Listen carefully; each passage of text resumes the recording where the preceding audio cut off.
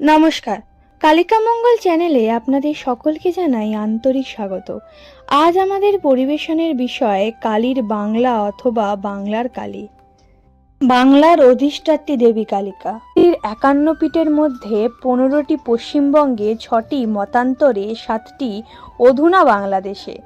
কালী পূজা হয় তন্ত্রশাস্ত্রীয় মন্ত্রের দ্বারা, তাই মনে করা হয় বাংলার মা কালী অনার্য দেবী। তবে কিভাবে তিনি বাংলার আর্য অনার্য সমস্ত সমাজের কাছে পূজিতা হয়ে উঠলেন, তারই অনুসন্ধান এই প্রবন্ধের বিষয়। কালিকা তন্ত্রশাস্ত্র 51 পীঠে আর্য অনার্য দেবী। শক্তির দেবী হিসাবে শ্যামা বা কালী মূর্তির আরাধনা করতেন শাক্ত বাঙালিরা। বাংলায় দুর্গাপূজার বারবারন্ত থাকলেও কালী পূজার একটা সর্বজনীন রূপ দেখা যায় মধ্যযুগ থেকে। আজও সেই ধারা সমানভাবে বহমান। কেন বাংলায় এত কালী পূজার প্রচলন হয়ে আসছে, সে বিষয়ে একটু আলোকপাত করা যাক। বঙ্গজামলে আছে কালিকা বঙ্গদেশে চ, অর্থাৎ বঙ্গদেবী কালিকা বা কালীমাতা নামে পূজিতা হন।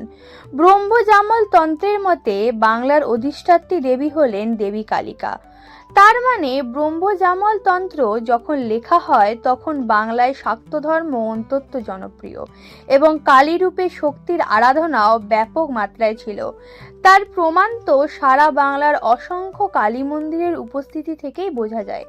তন্ত্রশাস্ত্রের মতে মা কালী 10 মহাবিদ্যার অন্যতম একজন।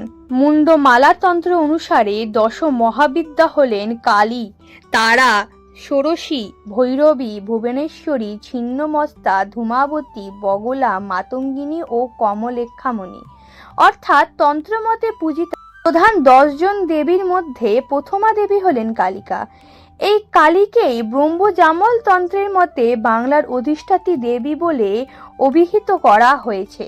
সতীর 51 পীঠের মধ্যে 15টি পশ্চিমবঙ্গে, 6টি মতান্তরে, 7টি অধুনা বাংলাদেশে, 4টি মধ্যযুগের বৃহত্তর বঙ্গদেশে, 5টি ভারতের বাইরে পাকিস্তান, নেপাল ও শ্রীলঙ্কায়, বাকি 20-21টি কাশ্মীর থেকে কন্যাকুমারী পর্যন্ত বিস্তৃত ভারতভূমিতে।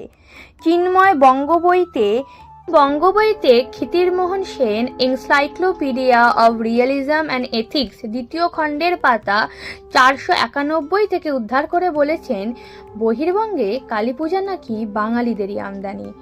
এমতো বিশ্বাস বহির্বঙ্গের লোকেরা এখনো করে। বাংলায় কখন যে শক্তির আদি বলে খ্যাত কালী পূজার প্রচলন শুরু হয় সে সম্পর্কে স্পষ্ট কোনো প্রমাণ পাওয়া যায় না।